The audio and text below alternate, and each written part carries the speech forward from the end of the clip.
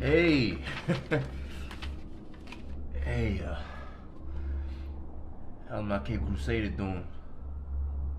You catch a Joker yet? Two-Face. Surely not Calendar Man. Oh, I forgot. The Dark Knight don't speak. Yo, I'm pretty sure he don't smile either. Hey, come on, sit down.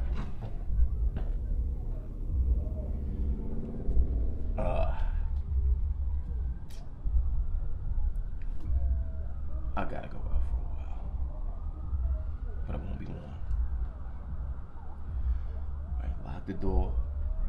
Don't open it to anybody, understand? Good. Oh, snap. I just saw the bat signal. You better go.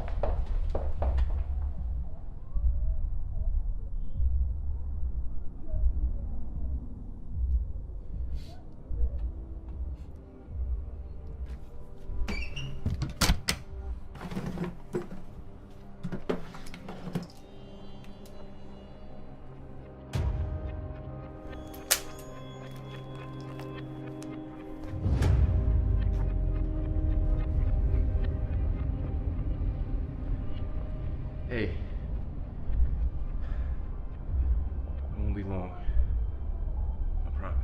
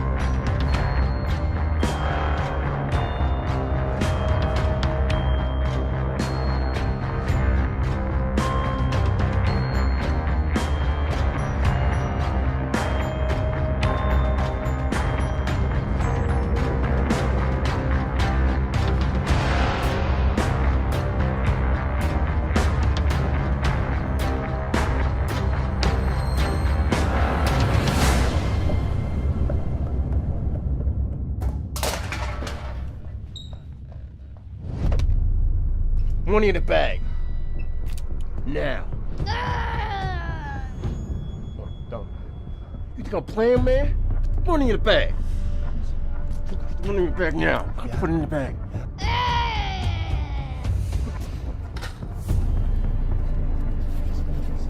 Come on, man.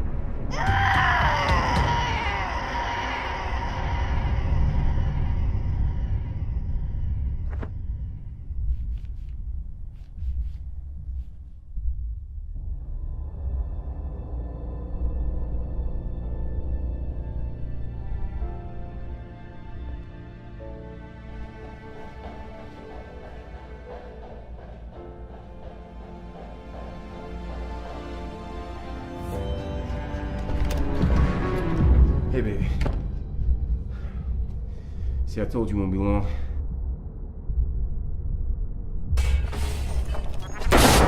Get down! Get down!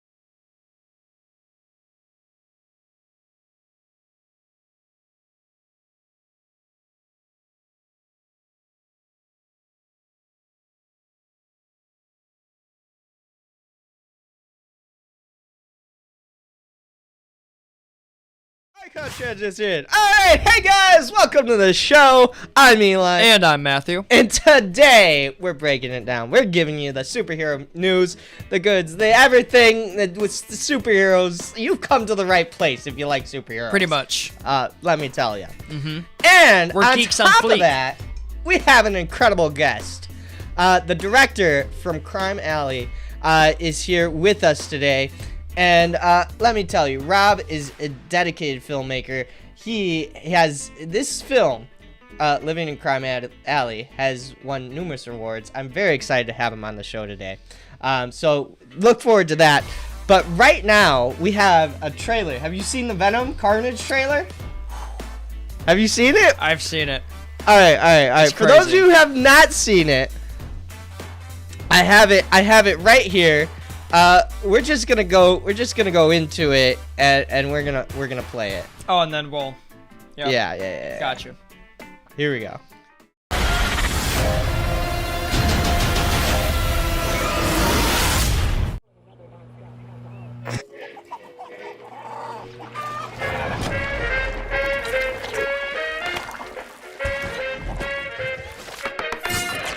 I say either, you say either, I say neither, and I say neither, neither. Let's call the whole thing off. Ta-da! Catch up. Excuse me? Yummy.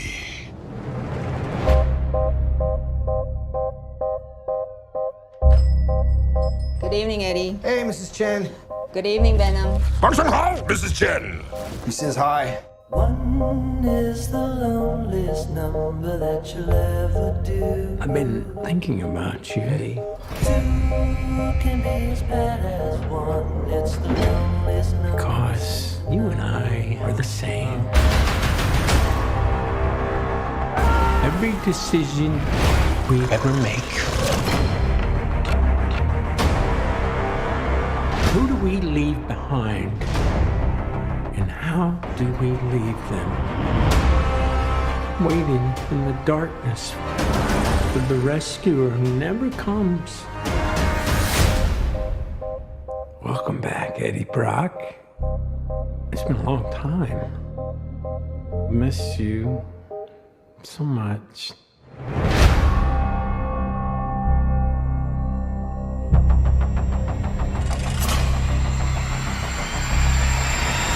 Soon come chaos.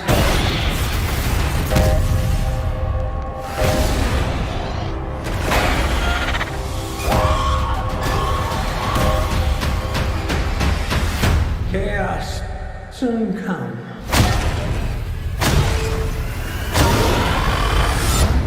One is the loneliest number that you'll ever do.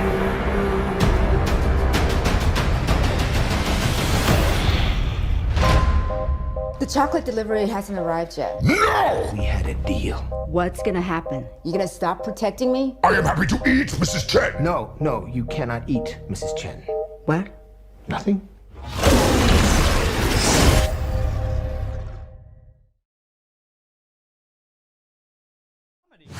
In a way. A horror comedy? You know what I mean? Because they're trying. Because it's a scary character.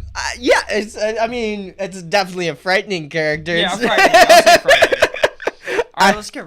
But yeah, what'd you think of the trailer? That was What'd cool. you think of the trailer? I love. Are you excited for it? What I do you am think excited. Of Venom 1?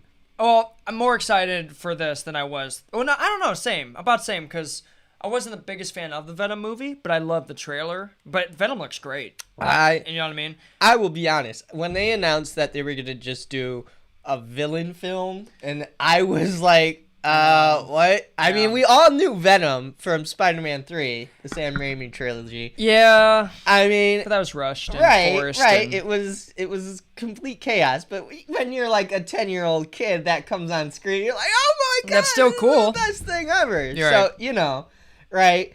But then when they announced, yeah, Spider-Man's not gonna be in it, we're just gonna focus on the villain. know. I was like, huh? I hope he at least cameos or at least something in here. Like, Right. I don't know. But We'll see. a Daily Bugle. The Daily Bugle. That's That's right. the big thing. That's Daily the big Bugle. thing everybody's talking about in this trailer is the Daily Bugle and how James Jonah it's the same Jameson, right?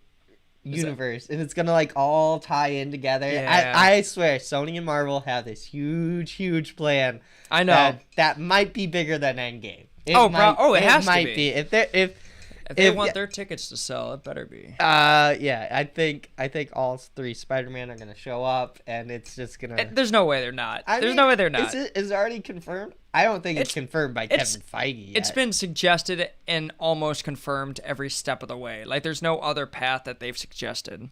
But anyways. So you were saying you were more excited for. That's what I'm saying. The actor that's playing Carnage, Yeah. love him as an actor because he's so creepy. I love the way he Harold Cassidy? something like that. Yeah. But he spaces out and he does these little twangs to his words that makes it seem like almost intimately awkward. Like, I've missed you, He has Eddie. this, Like, don't say that. unsettling, like So- vibe about him. He's so you know, creepy. it's so like every movie you never know what he's up to. I know. You know, you I'm never excited. know when he portrays a character. You never know what that character's. I gonna know.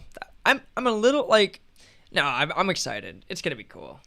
I'm excited. be. Yes, I'm very excited for this, and I love Tom Hardy. Yeah, Of course. Yeah, I think he's a good actor too. A great actor actually. and I didn't know he played both Venom and Eddie Brock. I knew he played Eddie Brock.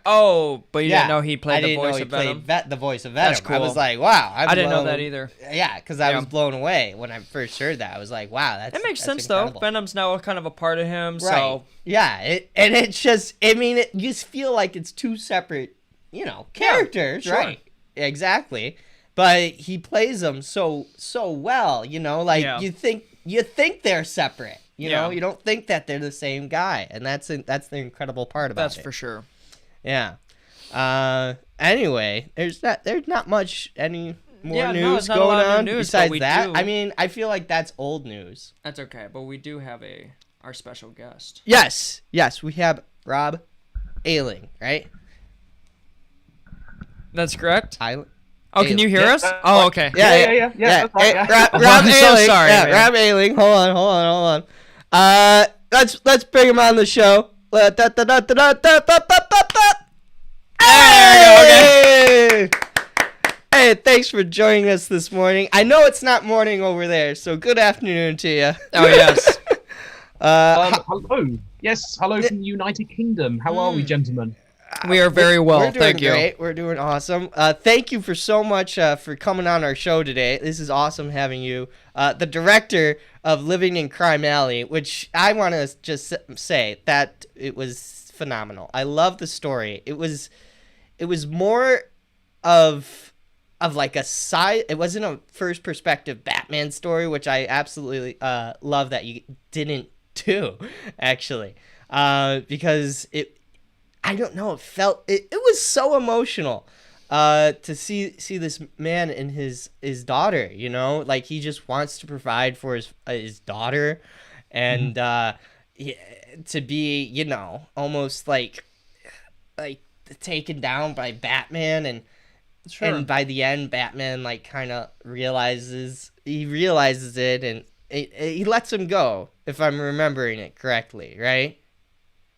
Well, it's kind of an open-ended ending, really, because I mean, so many people have interpretations of what that ending is. Because if you in the sound design, we actually hear police cars roaring kind of edgily closer to the apartment. So it's almost a question of, is he just giving the father one last chance to be with his kid and then justice prevailing, or does he let them? Does he let this one slide? And lots of people have interpretations of that ending. I have my own definitive way of ending it, but I feel like I'm not going to reveal that, to be honest with you. I like the fact that people have a kind of interesting, perspective on the ending, because ultimately that is the point of the film. It's supposed to raise those questions, and we as the audience and you guys as the audience have to interpret it however way you want it to be. That's amazing. Well, I know. Right when he said that, I felt Eli's. But I totally get that. 'Cause that's an I mean, that's the great thing about art, and I think that's almost the same thing with the Killing Joke. I'm sure you've read the Killing Joke, and that ending. And I don't think when they wrote that they realized what they were doing, with the shadow and whatnot. Because when it translated to the animated film, it didn't. I don't think it translated at all. I actually find Grant Morrison's explanation of the ending really fascinating, in which he basically straight up says, yeah, Batman just kills the Joker, which is why you have the pan, the tilt down of the, almost the lens to the panels, and you see the laughter just fading away. And I love that analogy, and I love that idea that actually in that moment, Batman does potentially kill his greatest adversary. But I love that comic. It has problems, but I do like that ending, and I think it opens so much more questions and raises more of the discussion of that. And that's why I think the Three Jokers does ultimately fail, actually, as a comic. Yeah. Oh, I haven't read that yet. That's on my list. But wait a second, I have the Killing Joke on my shelf. You talked about the laughter fading away. That I didn't notice. The panning and the tilting down. That I noticed. But the laughter really it fades away. Like it almost. I might be correct. I might be completely wrong, to be honest with you, but I remember it as they're both laughing, and then the laughter just kind of stops, and then it just goes down towards the puddles where there's just nothing. There's nothing in these last two panels. Exactly. So are we meant to believe it's just complete silence in that moment, or is it just like a fade? That's what's really interesting about it. I mean, it goes from like ha ha ha to he he he. Yeah, and then it just goes, and then it just cuts off. In the Injustice comics, when Joker did his crazy thing to Superman, Batman made a promise to Superman. He's like, I'll take care of it. I'll take him in. And then he drove up to the police station, and right when he parked his car, snapped his neck, got out of the car, and he's like, I would like to report a crime. So I loved that moment. Look, cruel, crazy, but the fact that his moral code is so strong that he's like, he doesn't even question or hesitate to think, oh, I could get away. I'm Batman, I can get away. He just goes, I've broken the rule. I gotta face it. Like, I love that moment. So open-ended perspectives is great because it almost opens up your audience. It's no longer your singular focus. It's like everybody has a different perspective, no matter a painting, a picture, a movie. So, were you intending that to happen, or was that something just magical that just came to be? If I'm completely honest, it's something that just completely came to be. It was a choice within the editing process of, do we give the audience a definitive ending where there is just a complete through-line storyline of point A to point B to point C, or do we give them the option of point A to point B to point C to potentially being a point D? Right. And I think if you give them that option of another ending that could be, it just raises even further discussion. And of course, as I said before, the film is a question of justice, about the gray area of justice. Is it wrong to steal to provide for a child? Or, the old question of, is it wrong to steal a loaf of bread to feed somebody? Of course. Because ultimately you're doing good within that. And ultimately, he's no, he commits crimes himself. He's dressed as a bat, being a vigilante. So he's breaking the law himself. 100%. So that's why, to me, that ending has to be open-ended, because otherwise, if we're just saying, oh, he's going to let them go, or he's going to, allow them to be arrested, then it's not going to appease to everybody. I think we'd have more of a negative reaction if we didn't have an open-ended ending. Sure. I think. No, and right, and I love that that you leave it, because if you do satisfy, right? Because I've studied at Second City in Chicago, and we talk about satisfying your audience a lot, and to leave this, it's actually more satisfying to not get that answer. Because it leaves you wanting more, you know, that old saying, it leave your audience wanting more, you know, and it does it in an absolutely beautiful way, because you have such a strong story of, whether it's right or wrong to steal bread, you know.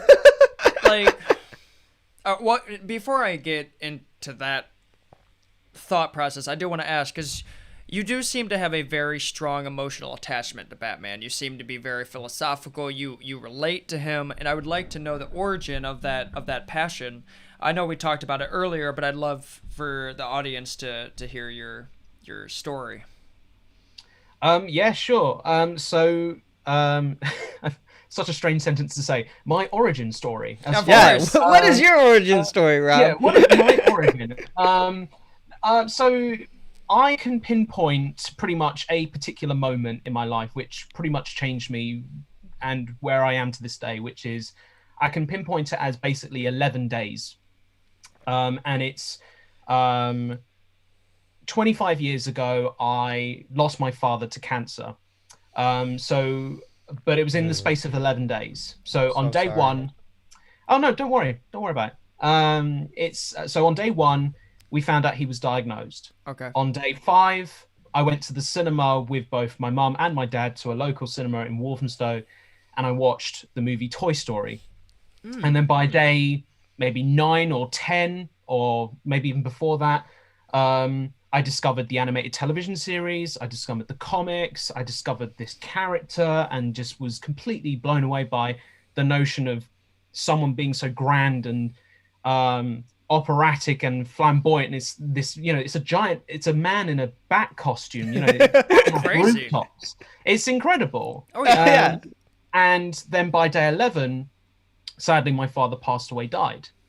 And within those 11 days, I learned 2 things. That 1, life can be short, and that 2, there's a power of art that can take an audience away and be completely immersed in another world entirely, where they forget about the troubles that they're in. So me watching an animated movie of a cowboy and a space ranger arguing about who's the better person and who's the better toy in that moment took me away for 81 minutes and completely forgot about the fact that my father was dying from cancer.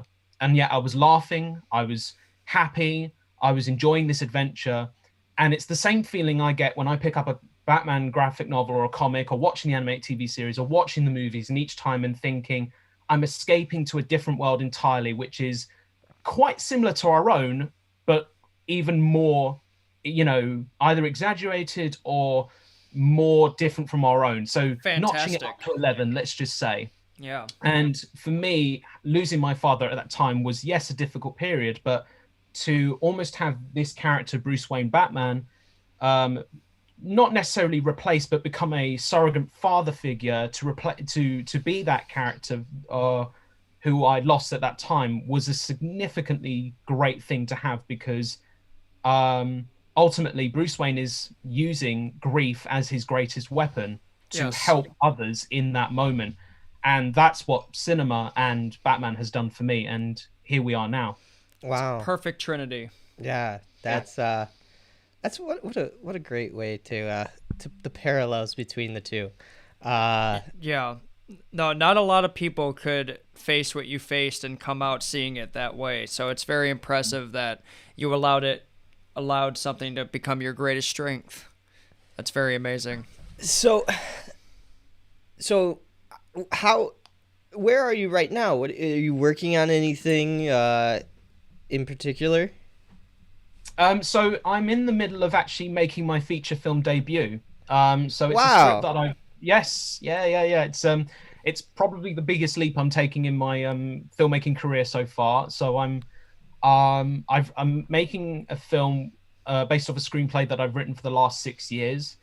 And I kind of just decided mainly last year that actually now is the time to finally press forward in my career. And you know, this film has done amazing things for me in terms of opportunities, being able to talk to the fandom, to meet people at festivals, to talk to you guys about this, and actually share our love and enthusiasm for not only film but our love for Batman as well. Awesome.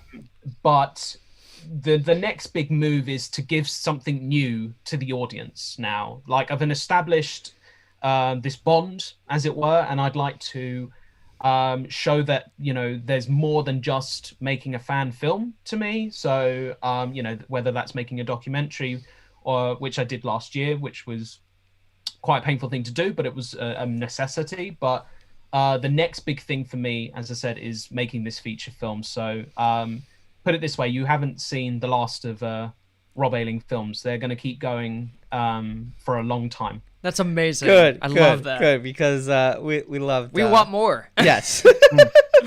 We loved Well, I'm hoping DC Entertainment give me a call at some point and say, you know, can we do something with this? 'Cause, I mean, Yes. no, I'm being serious, because one of the things that I would love for ideally this to be is, you know how DC are doing their Black Label comics, you know, Elseworld storylines. Yeah. And Yeah. I mean, and I think the best way that DC can stand out from Marvel, especially with their movies at the moment, is actually doing Elseworld movies. I mean, we saw the success of Joaquin Phoenix's Joker, and we're probably going to see another home run with the Batman with Robert Pattinson. I got my fingers crossed. I hope so. Yeah.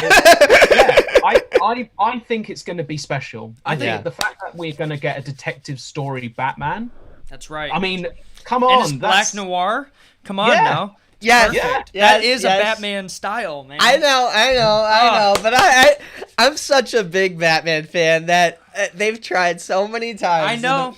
In the past, like, 5 years, and like, I'm just like at the point where I'm just like, I'm saving my hopes and dreams for you know, for the cinema. I think the one thing we're all kind of hoping for, and I made a joke about this the other day, and you will probably think actually that's true as well, but there have been more times we've seen Thomas and Martha Wayne being killed on screen more than seeing Wonder Woman being portrayed by a different actor. Oh my god! Seriously.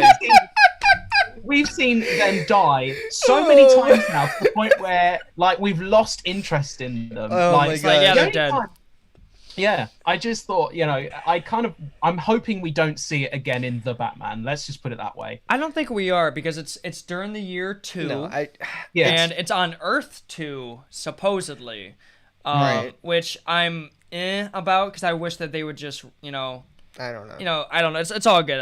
I'm excited, because I want a Batman film that hits all the marks. Yeah, all the marks. All the marks. It doesn't Because seem like when we that saw Iron hard Man for to the do. first time, But apparently it's super hard. because here's the thing, like, and I'm not trying to say that DC should be like Marvel, because they shouldn't. I want them to be separate. But this is the thing: when we saw Iron Man for the first time, there was their first movie Hard for hitting DC their and Warner franchise, and Tony could have messed up. He could have missed some marks. But when we walked out of that movie, he hit every single mark the first time. Right, and it's. And I want that for Batman. I don't know why it's... Look, I'm not trying to say I can do it. I'm just saying I don't know why it's so hard. I get it's a difficult character, but how is Tony Stark not a difficult character? Knowing your audience is like the hardest thing in anything. And once you... I guess once you get to a certain point, once you learn the craft and once you start making things and doing things... It's really you trial kind and of get error, to the but... point where you start to listen to your audience, because that's basically who you have left at that right. point. Yeah. You true. know, you're like, okay, what do I do? There was a magician, Lance Burden, and he's the one who taught me this. He's like, yeah, I basically just went out and just tried something, and if the audience didn't respond, you know, I'd try something else. I was like, wow. Yeah. And, you know. For sure. And that's basically what it is. But it's super hard when you're at a level and you're trying to create something new on top of that. New is different. You know? Like, okay, well, here... Okay. I was asked a similar question, and I forget the state of... the status of the question, but I remember my answer, and my answer was, I'm not trying to be better than anyone, I'm just trying to be different. And I think that's really all you could do at this moment. And I don't mean that you can't come up with an original idea. I'm not saying that's impossible. It's hard, though, nowadays. It's hard to just take a pad and paper, I a think a pen, good and write idea. a Original fresh new would idea. have- It's just hard. So what you could do is Yeah. put a different perspective on it. Or Yeah. something of that caliber. Like how you were Right. doing. It's a singular perspective. Or I right from the 8 minutes? Mm-hmm. The 8-minute film, there was a perspective Living. to that. Brilliant. Living in Crime Alley. And yeah, absolutely. And It's such a... that's something that big It's so good. Hollywood movies don't want to do anymore, but there's so much passion in that. Like they just want to throw a bunch of bullets and bombs and not a lot of heart and brain. But that's kind of what Batman is a lot. You know what I mean? I don't think know. I think you've hit the nail on the head there, though, because I think with worlds like Batman, you know, it is essentially a real world. You know, it's just painted as Gotham. You know, many people have said it's either Chicago or it's London or it's New York, most Sure. popular. But yeah, that whole notion of sticking it to a ground level perspective, there are two big reasons as to why I did that. First and foremost, because this is a Gothamite story. This is a ground level story that we as the audience have either maybe thought about in comics, but never really seen in films. Although I will say that, and this will probably be no surprise to you lads, that the Batman animated TV series is such an influence to me on this film. So episodes like Appointment in Crime Alley, for example, or POV as well. yes. Those episodes where they focus on a different perspective entirely. Right. And those are the episodes that work so well because we're not completely fixated on Batman, because we're always used to his perspective and we're always focusing on him. And that for me is one of the strongest scenes in, fun enough, the Zack Snyder's Justice League, which was the Cyborg helping that woman with her financial troubles. That was so it's cool. One of the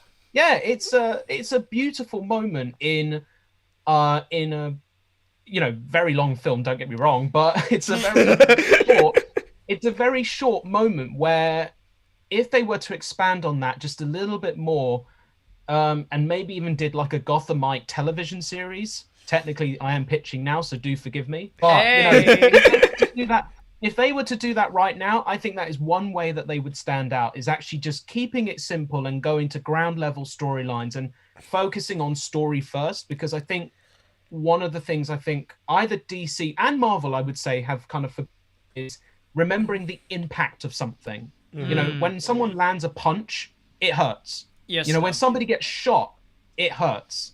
And that's why I think the finale in Living in Crime Alley works, is because we feel the weight of the gun, and the weight of the gun on from a child's perspective, the fact that they are literally holding the fate in their hands in that moment. And I think that's something where we've lost in modern movies right now, is the impact of the choices that these characters make. I mean, Endgame and Infinity War are two examples that that bypass that, what I've just said, because we do feel the snap.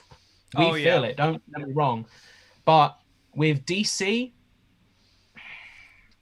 it's very rare. It's very rare that they hit that home run. And, you know, Joaquin's Phoenix Joker is an exception. Very the good. finale of Justice League is an exception. But they just need to remember that it's story first, action second. Because it gets you emotionally invested in it. And then once you're emotionally invested in it, that's when it hits the hardest. The action should amplify the emotion. And Living in Crime Alley, it's this really emotional story, and it tugs on everybody, because we've all had that thought, you know, it's not a huge crime, right? But it kind of like, it's like a necessary evil sometimes. Right. It's like an anti-crime almost, you know. It's like, look, I am stealing this, but I will bring it back. Right. I promise. And now talk about the writing. What you've said that the animated series inspired it, but what really brought it like all together? Just constant. I mean, constant rewriting, really, because writing is rewriting, essentially, and you know, it was very easy, first of all, to not make sorry it was very easy to make this like a 22-minute long piece, like an animated TV series episode. But once I got round to the idea of the core idea of the story, I realized that if you just focus it on one night in Gotham, you know, we don't need to see like the weeks or the days of him trying to find find work. You know, we can show hints of that. So there's like moments in the film where he's sat on a chair and there's a jacket and there's a tie, and you know, there's food everywhere, there's empty beer bottles. You know, just throwing that in little action lines is more simple enough than doing dedicated moments where they're showing the struggles day by day, because we can get a hint of that in the first opening with just a letter from Roland Daggett Housing saying, you know, you're getting evicted. You know, that you've been given more warnings than enough. You know, then we don't need to see the prior incidences to that. And you know, one of the funny compliments I get, comments I should say, not compliments, is it's too short.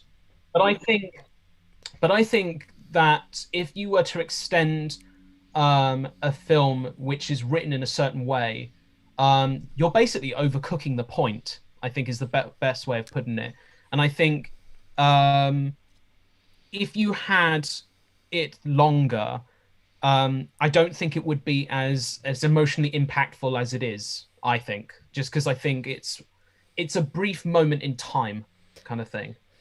Well, yeah, and plus it kind of helps to the story because it's Batman. It's kind of like an action type thing, so action happens quite fast. And so leading up to this moment faster, I think in a way helps a lot. But it doesn't cloud everything. You get the point, you know, straight off the bat, which is great. And I didn't think it was too short. Honestly, I thought it was great. It's a great story, and like I've been saying, it's a different perspective. It's not Batman's perspective, which is it's great. It's amazing. Oh, and let me ask you this. This is also something I remember. So when you being the director, being behind the camera, pointing everything where everything needs to go, how do you differentiate your emotional attachment to a scene to knowing that everybody else is emotionally attached to this scene? Like, you're not so, like, you're like, oh, because I love it, it's perfect. Like, how do you differentiate when you know a scene is good to go, when you know it covers all the bases? Oh, that's a very good question. This is a really interesting question, because I think fundamentally, whilst everyone is looking to me to say whether or not this is a good, you know, are we ready to move on or not, I do like to take in everyone else's response to it as well. Like, even if it's the sound operator just, you know, struggling to hold on to the boom long enough, or even because, you know, that we had a very, probably no surprise, but we worked with a fantastic crew, who were also dedicated Batman fans themselves. You know, they love the material, they love this character in this world. So saying to people, would you like to work on a Batman film, was a very easy. So, I love it. Sign me up. I'll hold the C stand. I'll be the C stand. Even actually, funny enough, you say that. Like Bella, who plays the girl in the film, the young girl, her father actually turned up on set to be the chaperone, and you know, he honestly said, to be honest with you, I just wanted to see Batman on set. You know, like I just wanted to see it. Wanted to be there. But to be completely honest with you, like I'm more responding to the moments that are on screen or right in front of me to know whether or not it's right to move on. And if I'm responding to it in a way where I know that we've picked up in camera, because I don't watch the monitors.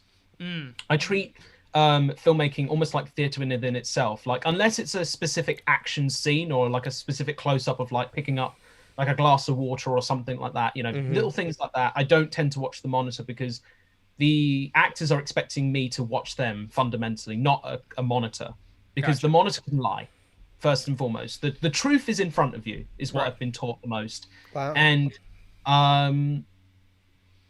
that's when, for me, if I'm responding to it in an emotional way, and I've got no problem saying this, like there are moments where I did kind of cry behind camera and just think, we got it, let's move on. There's no point in asking them to do it again, because if it's there in that moment, you move on. You Gotcha. don't waste any more time, and you just go. You know, even if you get it in like 1 or 2 takes, you know, there's no point in saying to somebody, oh, let's go for a third for safety. It's like, well, you're wasting more energy for something Gotcha. that can be, Right. you know, Because there's a lot of saved emotion they something got to else. rip out of themselves, and that could exhaust anybody. Well, I think Yeah, that's, exactly.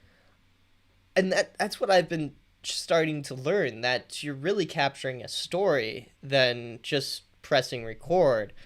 And I think you said it perfectly. Once you have that moment, you know, you move on. And I mean, to be on set and to have these emotional moments must be exhilarating. What was it like being behind the camera, directing it? Like, I mean, you love Batman, so it must have been like every single day, like a dream.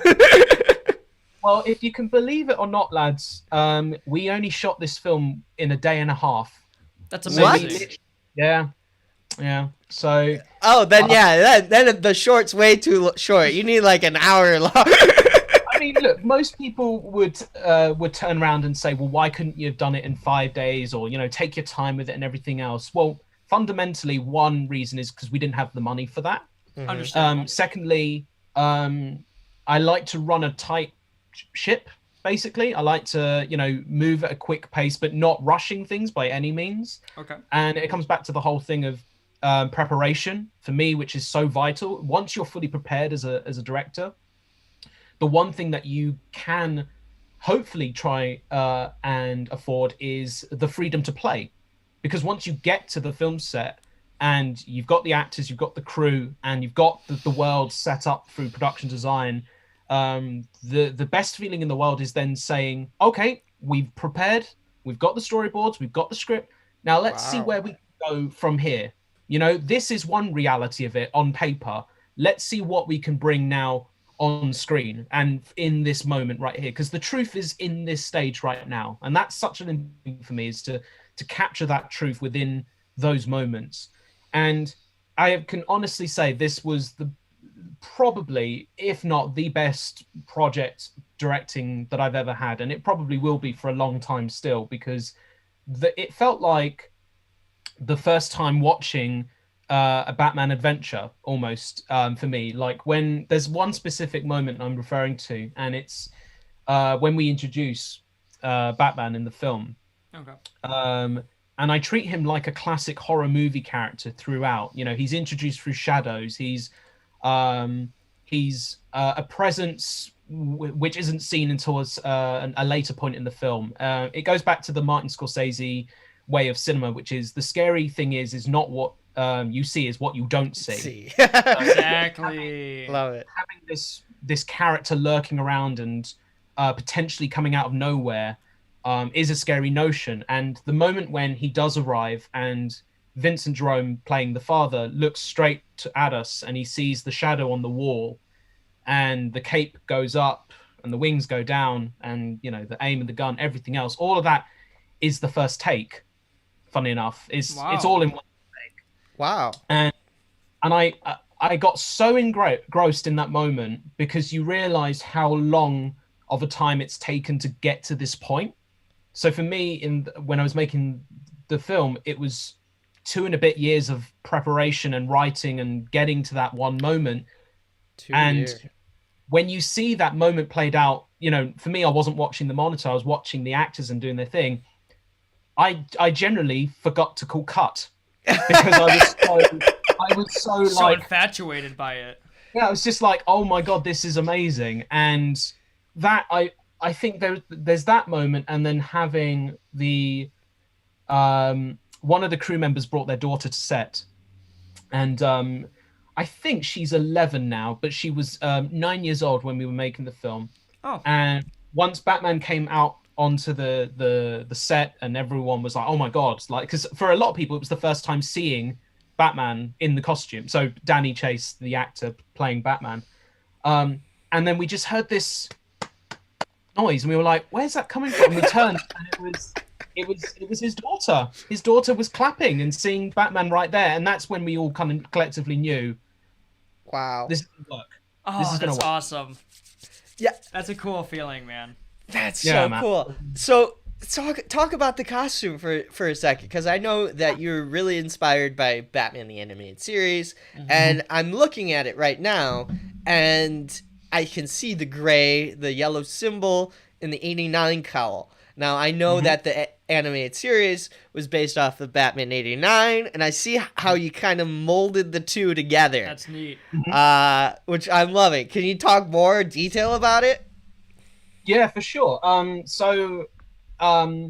Fundamentally, the suit was more of a, I can't create my own, so what can we do, which is already there, which is already existent, but mesh the two things together to bring something new to the audience. Hell yeah. So fundamentally, as mentioned, I love the animated TV series. I love that look. I love the classic gray and blue Yes. cape. I mean, you can't really see it here, but in the film as well, you can't really see it over. But Oh, the inside of the cape Oh, is is blue. it blue?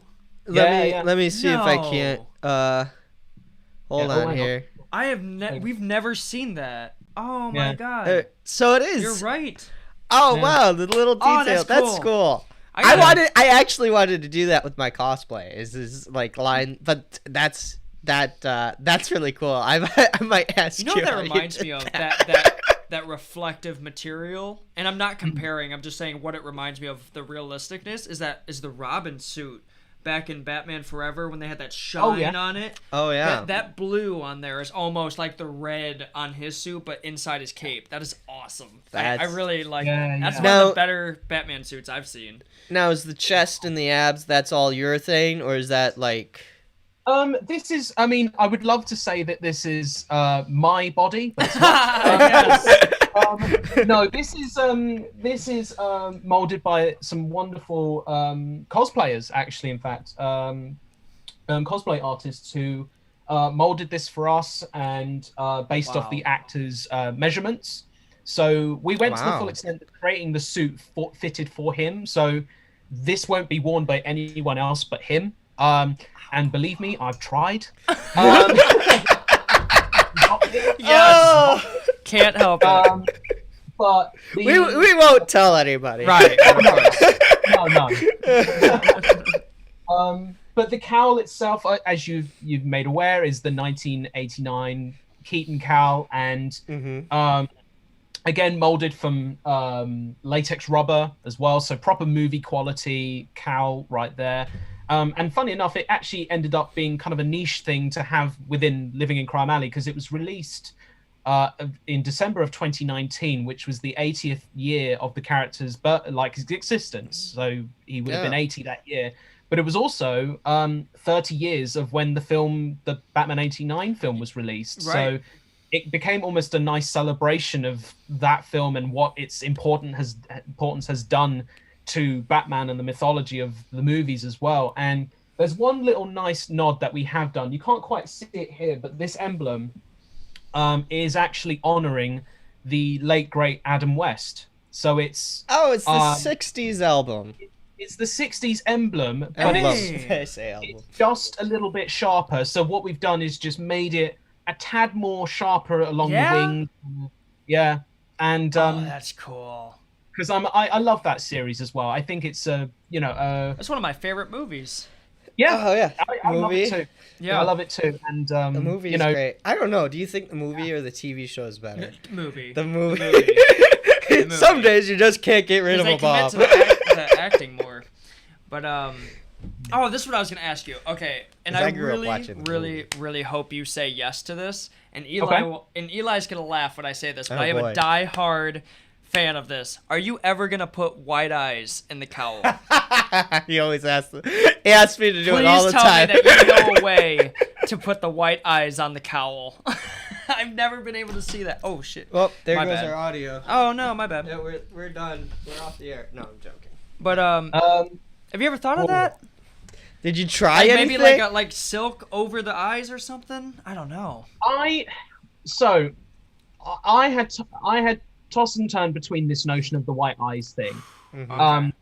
However, it's not to say that we didn't want it. It fundamentally came down to actor's performance, because, as you know, Danny doesn't have any lines of dialogue in the film. Sure. All of it is done through a physical performance, and the one moment where he nails the emotional core of the film is through his eyes alone. You know, him just looking straight at the girl with the gun in hand. Actually, I should mention in that moment, I gave him the only piece of direction I gave him as Batman. So throughout the entire day of the shoot, I kept calling him Batman, Batman this, Batman that. You know, oh, Batman, can you put your cape down because we're doing lighting tests? Batman, can you grab me a cup of coffee? Batman, can you go to, whatever. Right, conditioning him went up the roof. to really feel like Batman. Yeah, absolutely. Yeah, exactly. And then in that moment alone, we did one take of that moment. It was good, but it wasn't quite what I thought it could go. You know, I think we could have gone further. And I just simply said, Bruce. And he turned round. And he responded to me almost like this, almost this moment of, what Humanity. the hell did you call me? Yeah. You know, What? And I just simply said, I'm talking to Bruce now. And that's the same make of gun that killed your parents downstairs. And then you see what you see in the film in that moment. God. And it's the second take. And you can only get that through his eyes. You can't get that anywhere else. And that is why we decided not to go for the white-eyed approach. Maybe However, that's why. Yeah. However, it's not to say that if they were to turn around to me in the future and say, hey, Rob, do you want to make a Batman movie? You're damn sure I'm going to put those white eyes in there somewhere. Yeah. That's what I want to hear, man. Finally. I've been waiting. with everything they can do, We kinda got it with a bigger budget. It seems like a no-brainer. We kind of got it in the Nolan Batman. Yeah. But I didn't. It wasn't. Well, it it wasn't was- the it was creme really de la good. creme. It wasn't what I wanted. I mean, look,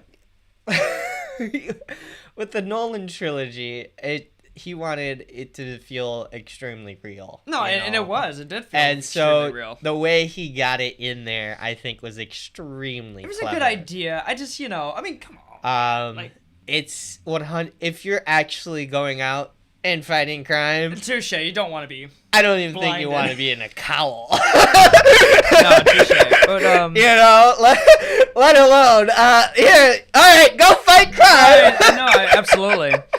No, but it's Yeah, tempting, blind as though. a bat will definitely. But now that you take on a mentioned new that, meaning. I don't know how I never even thought about eye acting, like the eye expressions, where maybe that's why I never even thought of that. Like, why have they not But- done it? Because of the expression you give through your Right. eyes. I never thought of that. On the other coin, flip of the coin. Like you're saying, it's the stuff you don't see, Yeah. And so removing the eyes, right, will just add to the lore of this character, right? To make him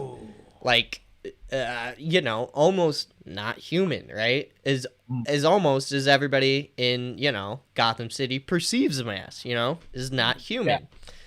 And so if you do it just as right, it will be, I think it will add even more to the character. Yeah. And I don't even think the comic books realized that back then, because they just didn't want to, it looked weird, to draw eyeballs. They're like, that looks weird, get rid of his eyeballs. Sure. They send it off to print. Yeah, no, random idea that maybe you can interpret somehow in your work. I do not know, but we were just discussing the eyes or whatever. Could you ever imagine a scene, something crazy happens, emotional trauma, where the white eyes, he has them, and he's just staring, but then all of a sudden you see a tear come out of the mouthpiece of his mask? Like, he's not moving, he's not frowning, he's just still, and then whatever happened, it was just that one tear or something. Do you think that could, be emotionally... Yeah, how about this? Just for fun, from a director's perspective, give us a scenario of a scene with white eyes. Yeah, what would you think? How would you make that work? What, with the white eyes, you mean? Right. I think fundamentally, they would have to be like clear enough so that you can see. So for the actor to see, first of all, but also plausibility for anyone to don a Batman suit to have the white eyes. Look, you can do that now. You can easily do that now. I mean, if they're able to do that with the Spider-Man costume, then they can do that with the Batman. And Deadpool, too. Deadpool. And exactly, yeah, with Deadpool as well. Exactly. Right. In terms of tears rolling down the eyes and stuff, I think that would be a difficult challenge without him having to unmask. Yeah, and I mean, I think fundamentally, as much as I think it would be quite powerful to see on screen, but we've seen so many examples, not just in movies, but we've seen it in comics as well, where if you try to force a tear to come out of a certain character, it may come across as forced. So to me, I don't see Batman crying, but I see Bruce Wayne crying.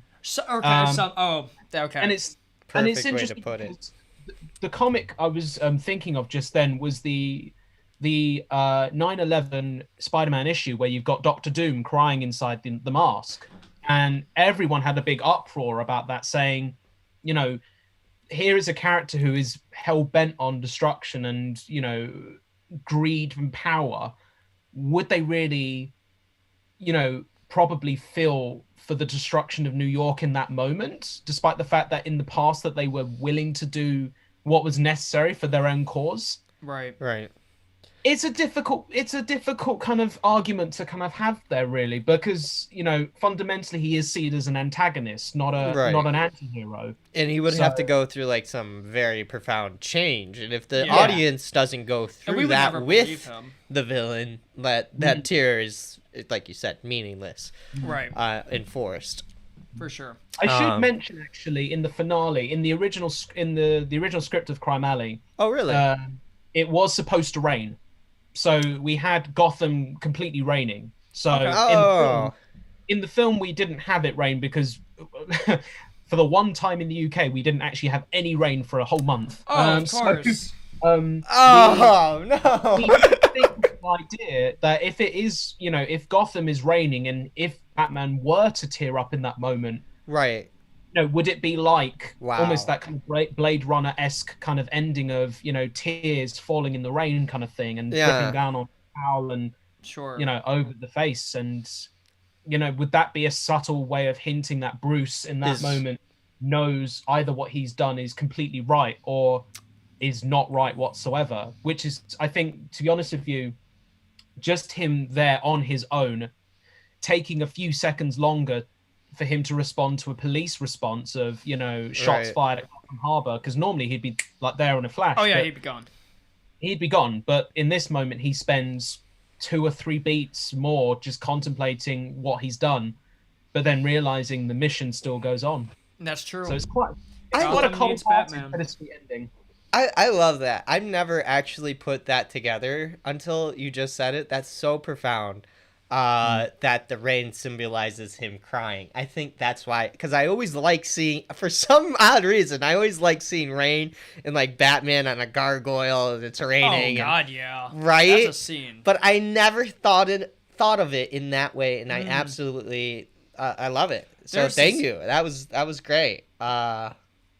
There's this a very please. I know you want to do other projects, but please don't stop doing Batman projects. 100%. No, there's this wonderful scene that talking about what you just talked about. It was in Men in Black, and I forget the character's name, but they saved his daughter supposedly in the movie, and as they're leaving, the daughter just goes, "It always seems to rain when you cry." He's like, "It's raining because you're sad. That's why it rains." Like, it was this moment of like, you're crying because it's raining. No, it's raining because you're crying. It was a beautiful moment, but like you were just saying, that symbolistic of like, you almost don't need tears. You could just have the rain, because that's that great. in a sense is sad. Right. Love it. Oh, you should have. Now I want to see the it's raining cut. UK's Release fault. the raining cut. It's the UK's Release fault. the raining cut. Oh yeah, release the raining cut. I just caught that. Man. Oh, I love it. I love Well, it. we're coming up to our last minutes here. Yeah, we are. This has just been so insightful, and it's just great to talk to you. Do you have any advice for Eli or for us if we or were to ever any inspiring dive filmmakers into a who Batman want to do Batman? I could ask you so many more questions about Batman. Right. Like, we could be talking like nonstop. Yeah, if we wanted to start our own Batman movie. We could be talking till it rains in England. I mean, I'll answer both questions. So first of all, what I will say is this has been a blast, guys. This has been so good. And as you said, like we could be spending hours talking about 100%. all of this.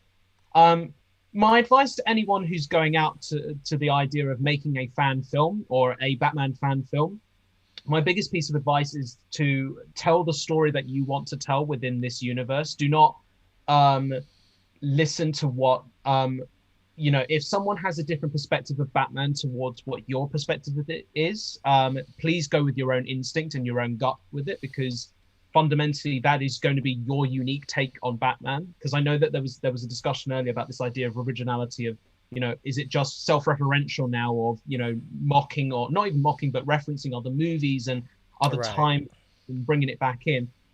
We've all got different perspectives on life. And if you can bring that kind of experience to another property and build it in that sort of way, then that will make your film stand out fundamentally. And remembering also that the action is driven by the story, not the other way around. So that's one piece of key advice for fan filmmakers out there. But in regards to film and filmmaking, the best piece of advice I can give to anybody that wants to get into film is strive for truth.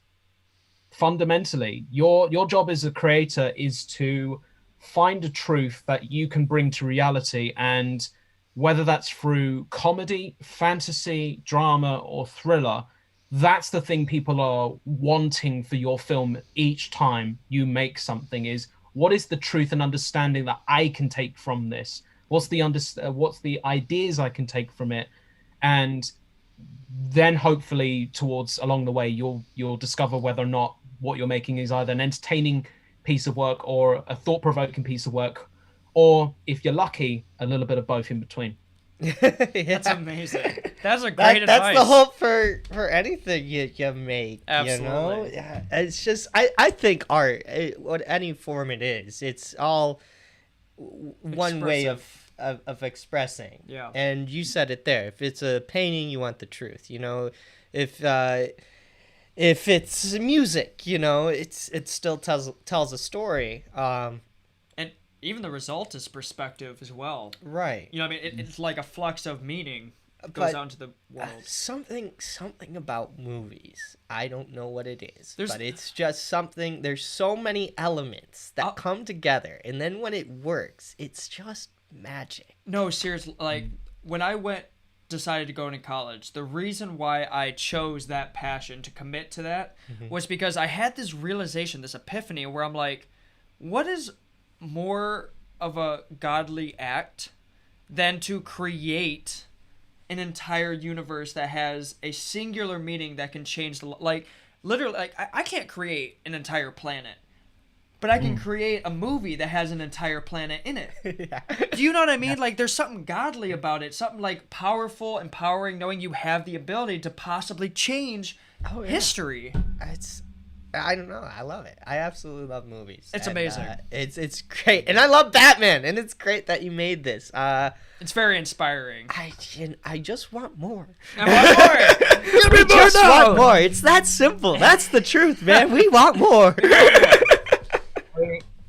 Well, the funny thing is that so many people have been, pestering me to make more and make more and make more. But if the opportunity comes around where someone says to me, kid, you got something, what do you got? Let's make it. Then absolutely. But my next endeavor, apart from making this feature film, which I'm working on right now, is to hold on until maybe someone from DC or Warner's even says to me, look, if you've got any ideas that you can expand on from what you've done already, we'll bank on that. And to be honest with you, that would be the dream. And the bigger dream would actually to be the guy that makes this.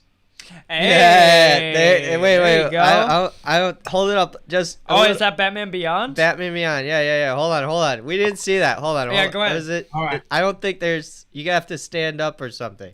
All right, I'll stand with him. Okay, there we go. So fundamentally, the biggest dream that I've had would be to make that. Yes, Batman Beyond. Yes, that's what everybody wants. That's Batman seriously. Beyond. It's the perfect story. Yes. It will connect everybody, young and old. Yep. Old Bruce Wayne. Who doesn't love an old Bruce Wayne? Oh my! Old Bruce Wayne is probably the best He's the iteration of grumpiest of them Bruce. all. He's just at this point where I'm done. You know, but he still wants to help, and that's the most appealing thing I think of Batman Beyond. You know, Absolutely. especially that. Well, I hope I you mean- can come on the show again, Rob. Yeah, we'd love to have you Oh, on I'd the love show that. again. Yeah, love that. Would love to do that. And, you know, it might be an expensive trip, but if it means sitting in the studio with you guys, I would love to do that as well. Oh. So, Oh, thanks, Rob. That'd be We'd so love to cool. have you here. Hopefully, once everything clears up, Of and course. Of course. we're back to normal. You're right. We'd right. love to have you in the studio. But this has just been so great having you on the show. Thank you so much for coming on. Any last words, Matthew? Oh, yeah. Let me give you some motivation real quick. Yeah. I hope that today is going to inspire tomorrow. I hope that you become a better person every day that you go on. And I hope that you become completely successful in all your endeavors. There we go. Yeah. All that? right. Well, right, thanks, Rob, Rob. for joining us. Thank you. thank you. We're gonna do the Have a great one. See you, man. Wait, hold on. Oh. I got so many tabs. So There we go. Okay. All right. Well, thanks for joining us today. I'm Eli. And I'm Matthew. You can find us on Spotify, SoundCloud, or anywhere you guys get podcasts. This has been an awesome hour. Insane hour. Yeah. With that said, we'll see everybody next week, and you guys have a bat-tastic day. Boom!